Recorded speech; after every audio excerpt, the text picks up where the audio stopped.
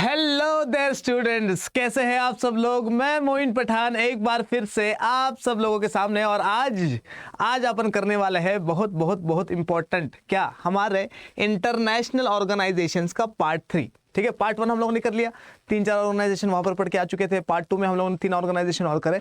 3 organisation के बारे में आज हम लोग करने वाले हैं और छोटे छोटे से ऑर्गेनाइजेशन है ना। 4 बज चुके हैं आपके, अपने जीतू भैया आपके पास आ चुके हैं। ठीक है, तो धीरे धीरे इसलिए करवा रहा हूँ क्योंकि अपने पास टाइम है ना। पूरा के पूरा स्टैटिक जीके कंप्लीट करेंगे। इंटरनेशनल ऑर्गेनाइजेशन वाला टॉपिक थोड़ा सा बड़ा है, ठीक है, लेकिन टेंशन लेने की क्या बात है जब अपन है साथ। ठीक है, अच्छा एक और चीज़ इंपॉर्टेंट, ठीक है, मेरे पास कुछ बच्चों के आए थे कमेंट, ठीक है, और वो कह रहे थे कि सर कैपिटल्स वाला भी ले आओ, तो मैं कैपिटल्स वाला भी लेकर आऊँगा। ठीक है, और बाकी भी सारी चीज़ें लेकर आऊँगा, लेकिन आप लोगों को टेंशन लेने की क्या ज़रूरत है जब तक मैं हूँ।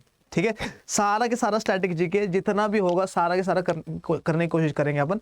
ऐसा नहीं होगा कि पेपर में कोई ऐसा क्वेश्चन आ जाए स्टैटिक जीके का जो कि अपन ने साथ में ना किया हो। ठीक है, मैं करवा दूंगा, सब करवा दूंगा, सब आता है मुझे। ठीक है, चलिए तो बिना टाइम वेस्ट करे अपन करते हैं स्टार्ट अपना स्टैटिक जीके।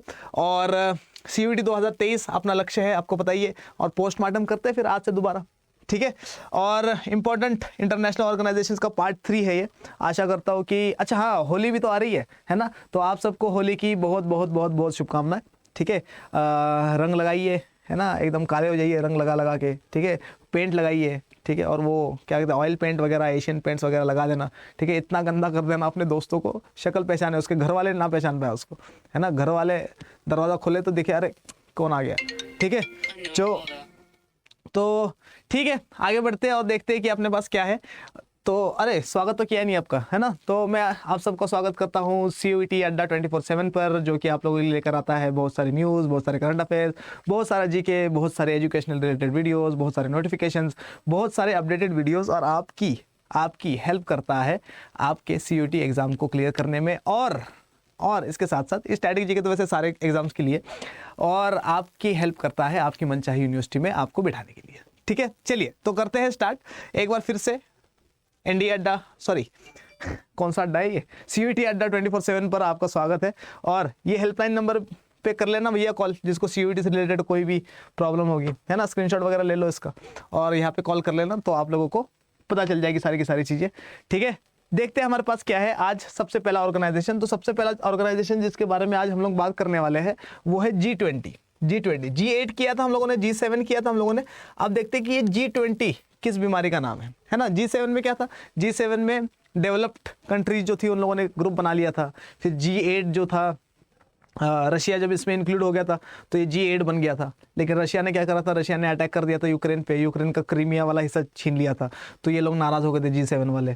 ठीक है, और इन लोगों ने बोला कि भैया तू चला जा। तो G7 7 कंट्रीज वाला है, रशिया इंक्लूड कर दो 8 कंट्रीज हो जाएगा। और क्या G20 क्या है, इसमें बहुत सारी कंट्रीज आ जाएगी, बहुत सारी कंट्रीज आ जाएगी, और 19 कंट्रीज है इसमें। और एक है इसमें एक ऑर्गेनाइजेशन जिसका नाम है यूरोपियन यूनियन, जिसके बारे में हम लोग पहले ही कर चुके हैं।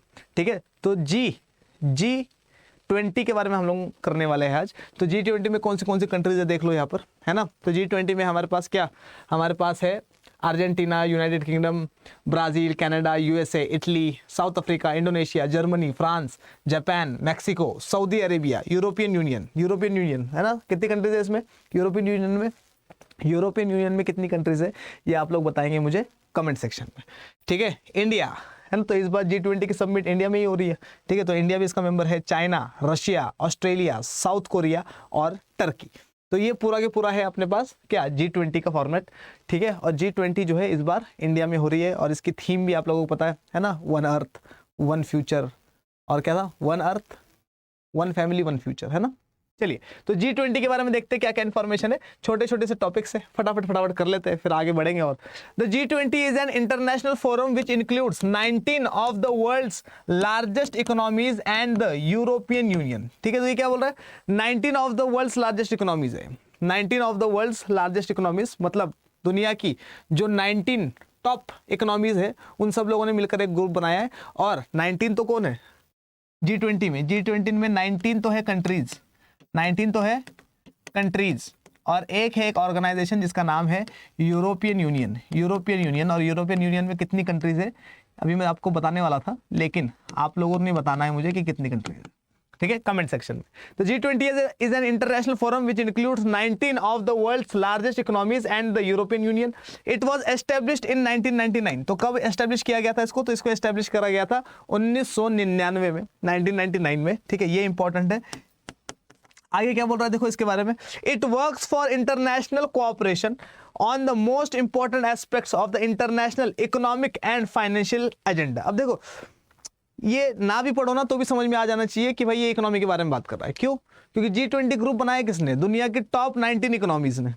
आगे ना, दुनिया की टॉप 19 इकोनॉमीज मतलब वो इकोनॉमीज है जिनके पास दुनिया का सबसे ज्यादा पैसा है ना। तो ये लोग बात किसकी करेंगी? फाइनेंस की बात करेंगे। ये लोग किसकी बात करेंगे? इकोनॉमी की बात करेंगे, मतलब मोस्टली पैसा रिलेटेड, ओनली पैसा पैसा पैसा।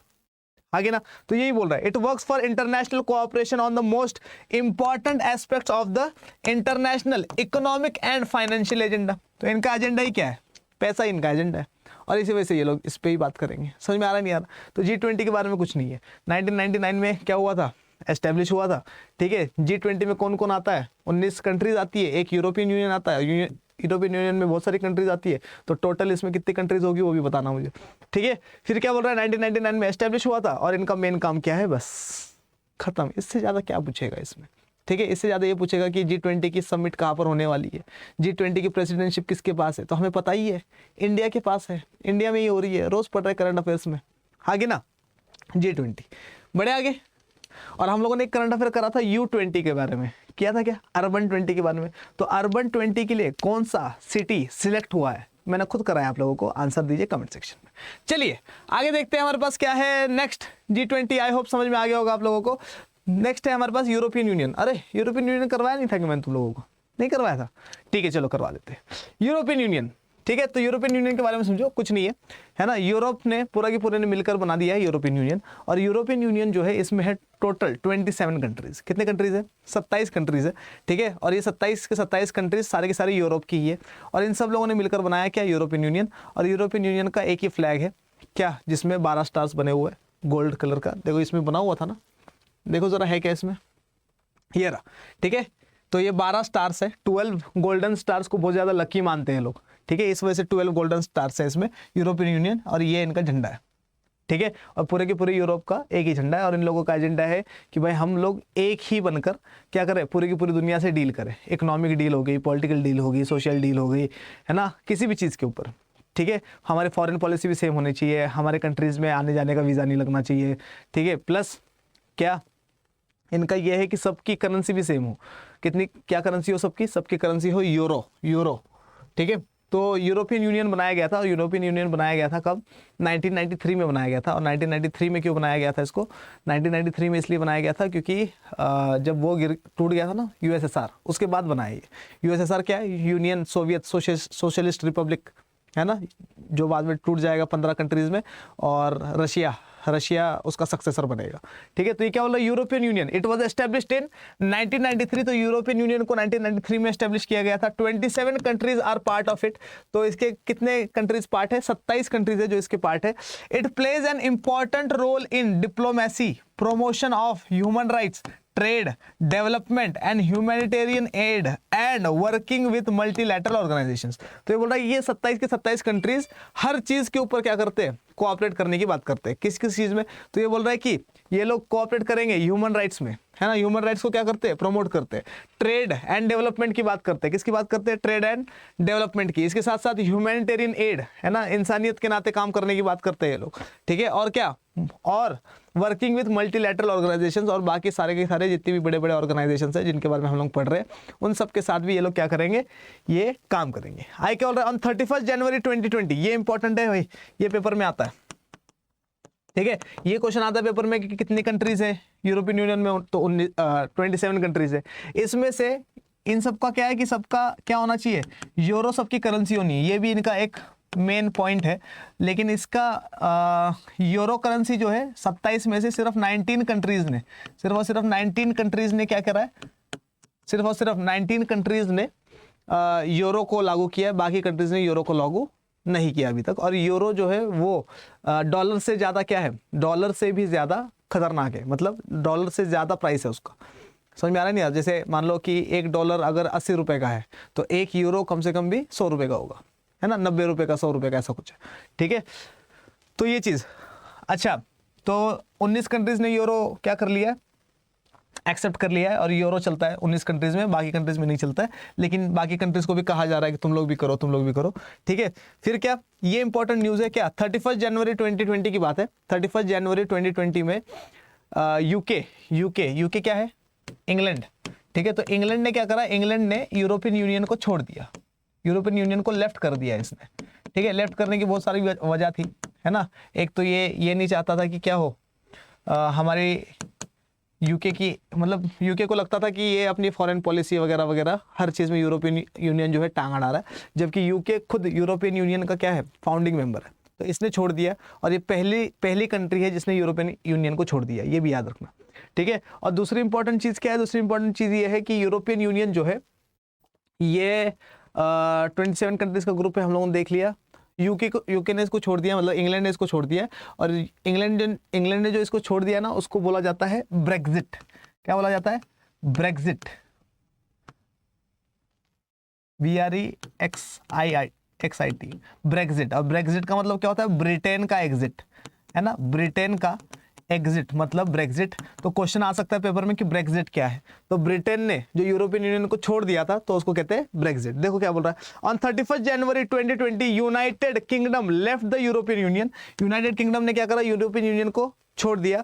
It is also the first country to leave European Union, और पहली कंट्री है इंग्लैंड जिसने क्या कर दिया, यूरोपियन यूनियन को छोड़ दिया। मतलब पहले 28 कंट्रीज थी इसमें, अब क्या हो गया, 27 कंट्रीज हो गई है। मुझे एक चीज आप लोग बताओगे कि यूरोपियन यूनियन जो है इसमें सबसे लास्ट में जुड़ने वाली कंट्री कौन सी है, सबसे लास्ट में कौन सी कंट्री जुड़ी है यूरोपियन यूनियन में, ये क्वेश्चन आता है पेपर में, इसलिए ढूंढ के जरूर बताना मुझे कमेंट सेक्शन में। हेडक्वार्टर देखो क्या है इसका, तो इसका हेडक्वार्टर है ब्रुसेल्स में, बेल्जियम में। बेल्जियम में ब्रुसेल्स में इसकी क्या है, बेल्जियम की कैपिटल ही है ब्रुसेल्स, ठीक है। तो बेल्जियम में ब्रुसेल्स में इसकी हेडक्वार्टर है। कोई दिक्कत है क्या, एनी प्रॉब्लम, नो प्रॉब्लम। और ये देख लो, ठीक है, तो ये पूरा का पूरा यूरोपियन यूनियन है, ठीक है। यूके भी था लेकिन यूके निकल गया, अब ये नहीं है, ये नहीं है अब, ठीक है। बाकी सारे के सारे, कोई दिक्कत, बढ़े आगे। आगे देखें क्या है अपने पास, तो आगे देखते हैं कि और क्या है अपने पास। नेक्स्ट क्वेश्चन करते हैं, नेक्स्ट क्वेश्चन नहीं, नेक्स्ट देखते हैं अपने पास क्या है। थर्ड ऑर्गेनाइजेशन, तो थर्ड ऑर्गेनाइजेशन है हमारे पास Commonwealth of Nations. Important organisation है ना, ज्यादा स्ट्रांग नहीं है बस, ठीक है। ऑर्गेनाइजेशन है तो है, क्या पता क्वेश्चन आ जाए, पढ़ लेते हैं, ठीक है। तो ये क्या बोल रहा है, Commonwealth of Nations. Commonwealth of Nations क्या है, अब देखो हुआ क्या था, इंडिया आज़ाद हुआ कब, 1947 में, ठीक है। वैसे तो ये 1931 में ही बनी है, लेकिन इसका उद्देश्य क्या था बनाने का, जो कॉलोनी आज़ाद होती जाएगी, कॉलोनी मतलब जिसके ऊपर इंग्लैंड का अधिकार था, या इंग्लैंड ने जिसको कॉलोनाइज किया था या कब्जा कर लिया था, जैसे फॉर एग्जाम्पल इंग्लैंड ने इंडिया के ऊपर कब्जा कर लिया था, ऐसे ही इंग्लैंड ने कब्जा कर लिया था किसके ऊपर, म्यांमार के ऊपर, बर्मा के ऊपर, ऐसे ही श्रीलंका के ऊपर, ऐसे ही पाकिस्तान के ऊपर, ठीक है। तो इंग्लैंड ने क्या बोला, इंग्लैंड ने बोला कि भाई तुम लोग आज़ाद तो हो गए लेकिन अपना कुछ ना कुछ रिश्ता तो है ना, ठीक है। तो अब मैं क्या बना रहा हूँ, एक ऑर्गेनाइजेशन बना रहा हूँ जिसका नाम है कॉमनवेल्थ, ठीक है। और ये जो कॉमनवेल्थ नेशंस होंगे वो कौन से नेशंस होंगे, जिसके ऊपर मैंने राज किया कभी ना कभी, ठीक है। तो अब मुझे राज नहीं करना है, अब मुझे तुम लोगों से फ्रेंडशिप करनी है, तो मैं एक ऑर्गेनाइजेशन बना रहा हूँ जिसका नाम है कॉमनवेल्थ ऑफ नेशंस। और कॉमनवेल्थ ऑफ नेशंस के वो लोग पार्ट है जो पहले ब्रिटिशर्स के अंडर में क्या थे, गुलाम थे, ठीक है। देखो इधर कॉमनवेल्थ ऑफ नेशंस, हेडक्वार्टर्स का है इसका, तो ऑफ कोर्स इंग्लैंड वालों ने बनाया, तो इसका हेडक्वार्टर कहां पर होना है, लंदन में होना है, और लंदन में कहा, इंग्लैंड में। दूसरी चीज क्या बोल रहा है ये, after the queen's death, queen's death मतलब अभी कौन सी क्वीन मरी थी, ये भी आप लोग बताओ मुझे कमेंट सेक्शन में, है ना। जो अभी इंग्लैंड की क्वीन की डेथ हुई है तो वो क्वीन कौन थी वो बताओ, क्योंकि पहले ये जो कॉमनवेल्थ था इसकी हेड थी क्वीन, है ना, क्योंकि इंग्लैंड वालों ने बनाया है, ठीक है। इंग्लैंड ही इसका हमेशा प्रेसिडेंट होता है, और इंग्लैंड इसको चेयर हमेशा कौन करती थी, क्वीन करती थी। लेकिन अब क्वीन की डेथ हो गई है, तो अब किंग चार्ल्स थ्री जो है वो क्या करेंगे, इसको हेड करेंगे। अभी तक कौन करती थी, क्वीन करती थी। तो जिस क्वीन की डेथ हो गई है उसका नाम बताना मुझे, क्या उसका नाम विक्टोरिया है या उसका नाम एलिजाबेथ है, क्या विक्टोरिया 1 है या एलिजाबेथ 1 है, या क्या विक्टोरिया 2 है या एलिजाबेथ 2 है, ये आप लोग बताएंगे मुझे, ठीक है। After the queen's death on 8 September 2022 King Charles III became the head of the Commonwealth, ठीक है। तो क्वीन की डेथ के बाद 8 सितंबर को किंग चार्ल्स III क्या बन गया, हेड बन गया था कॉमनवेल्थ का, ठीक है, तो कॉमनवेल्थ का हेड कौन है अब? किंग चार्ल्स III हेड है अब, ठीक है। आगे क्या बोल रहा है? इट वाज एस्टेब्लिश्ड इन 1931, तो कब एस्टेब्लिश किया गया था इसको? 1931 में एस्टेब्लिश किया गया था, और हमेशा किंग चार्ल्स III ही इसका हेड रहेगा जब तक मरेगा नहीं, फिर उसके बाद कोई और, फिर उसके बाद कोई और, है ना, रॉयल फैमिली वाला। आगे क्या बोल रहा है? इट हैज 54 मेंबर्स, कितने मेंबर्स है इसमें? 54 मेंबर्स, और इंडिया भी इसका पार्ट है, इंक्लूडिंग इंडिया।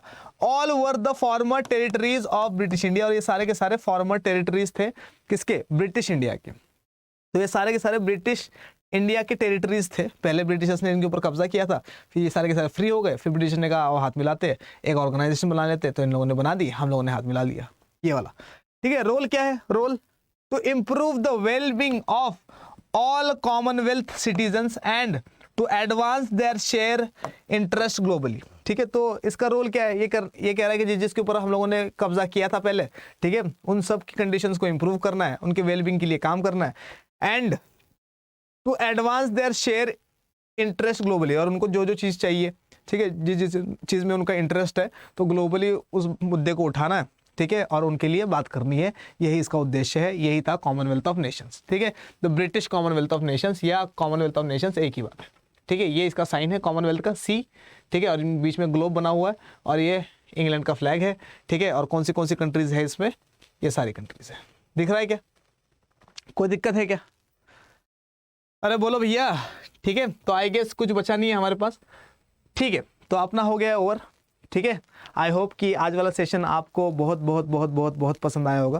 अगर पसंद आया है तो इसको लाइक करिए, शेयर करिए, अपने दोस्तों को दिखाइए, मुझे दिखाइए बहुत सारा प्यार, और उससे पहले कुछ बात सुन के जाइए। क्या? कि हमारा कौन से वाला बैच? टॉपर्स 2.0 बैच हो गया है स्टार्ट, और स्टार्ट कब से हुआ है? आज से ही स्टार्ट हुआ है, 7/3/2023 से, ठीक है। तो अगर ये स्टार्ट हुआ है बैच, इसका मतलब क्या? इसका मतलब अगर आप लोगों ने अभी तक एनरोल नहीं किया है तो आप अभी भी एनरोल कर सकते हो, क्योंकि इसके रिकॉर्डिंग्स वगैरह पड़ी होती है, तो टेंशन वाली बात नहीं है। लेकिन अगर आप लोगों को CUET की एक होलिस्टिक पढ़ाई करनी है, एक इंक्लूसिव पढ़ाई करनी है, तो आपको क्या करना है? टॉपर्स 2.0 बैच में करना है एनरोल, ठीक है। इसके साथ साथ एनरोल करने के लिए क्या करना है आपको? एनरोल करने के लिए अपना कोड तो पता ही आपको क्या है ना, Y742, ठीक है। अड्डा 24/7 का उल्टा है, ये देखो 247 इसका उल्टा, ठीक है। तो Y742 अगर आप लोग क्या कर दो, डाल दोगे, तो आपको मिलेगा 21% का, 21% का बम्पर डिस्काउंट, ठीक है। तो आपको करना क्या है? आपको करना कुछ नहीं है, आपको जाना है कहाँ पर? आपको जाना है अड्डा 24/7 की वेबसाइट पर, ठीक है। इसके साथ साथ एक और चीज़ बताऊँ क्या मैं आपको? चलो इसके साथ साथ एक और चीज़ बताता हूँ, ठीक है। ये खोल दूँ? अरे देखो, तो आप लोग क्या करिए, आप लोग जाइए सबसे पहले कहाँ जाओगे? यहाँ जाओ, अड्डा 24/7 खोल लीजिए आप लोग। तो जैसे आप लोग अड्डा 24/7 खोलेंगे तो आपको सबसे पहले यही साइट दिखेगी, है ना। तो ऐसा कुछ खुलेगा आपके सामने, तो ऑल कोर्सेज पे जाइए। ऑल कोर्सेज पे जाएंगे तो आपको मिलेगा क्या? ऐसा कुछ दिखाई देगा आपको। तो यहाँ पर लिखा हुआ है अंडर ग्रेड एंट्रेंस एग्जाम, इस पर करिए क्लिक। जैसे ही क्लिक करेंगे तो यहाँ पर CUET दिखाई देगा आपको, ठीक है। तो CUET पे करिए क्लिक। जैसे ही CUET पे क्लिक करेंगे तो आपको मिलेगा क्या? बहुत सारी चीज़ें मिलेगी, CUET महापैक, CUET 2023 साइंस, है ना, post graduation, arts, commerce, etcetera etcetera. तो जिस भी फील्ड में आपको जाना है, तो जैसे फॉर एग्जाम्पल आपको कॉमर्स में जाना है तो कॉमर्स वाले पे करिए टिक, ठीक है। तो कॉमर्स में आपको दिख जाएगा क्या? हमारा टॉपर्स 2.0 बैच दिख रहा है क्या? ये रहा, है ना।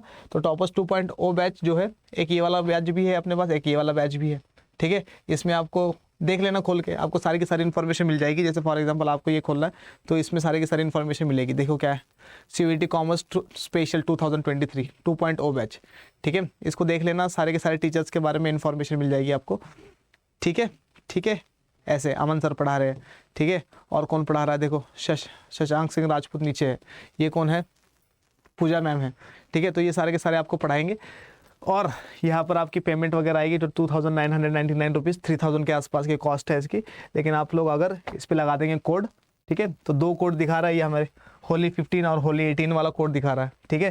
तो अगर होली 15 लगाओगे तो 15% का मिलेगा, होली 18 का लगाओगे तो 18% का मिलेगा, और अगर तुमने लगा दिया भाई वाला कोड, भाई वाला, ठीक है, तो तुम्हें मिलेगा पता है कितना? 21% का मिलेगा। इसको अप्लाई करके देखते हैं कितना लगता है। तो इसको अप्लाई करने के बाद 539 रुपीज़ कट रहे हैं, ठीक है। तो लगभग 2460 रुपये मिल रहा है आपको ये, ठीक है। और अगर आपको और कंसेशन चाहिए तो Y742 अड्डा 24/7 का उल्टा याद रख लेना, Y लगा लेना आगे, Y742 कोड लगा लेना, आपको सस्ते में मिल जाएगा ये। ठीक है, तो ठीक है, 2000 रुपये 2200 रुपये में आपका सारा के सारा काम हो जाएगा। आई होप कि आज वाला सेशन जो है आप लोगों को बहुत बहुत बहुत बहुत बहुत पसंद आया होगा। तो अगर पसंद आया है तो इसको लाइक करिए, शेयर करिए, अपने दोस्तों को दिखाइए, मुझे दिखाइए बहुत सारा प्यार। और आपके जीतू भैया आपके लिए ऐसे ही अच्छी अच्छी वीडियोस रोज़ लेकर आते रहेंगे। ठीक है, बहुत सारे प्यार के लिए बहुत सारा शुक्रिया और सबको होली की बहुत बहुत शुभकामनाएं। तब तक के लिए मोइन पठान आप सबसे कहता है जय हिंद।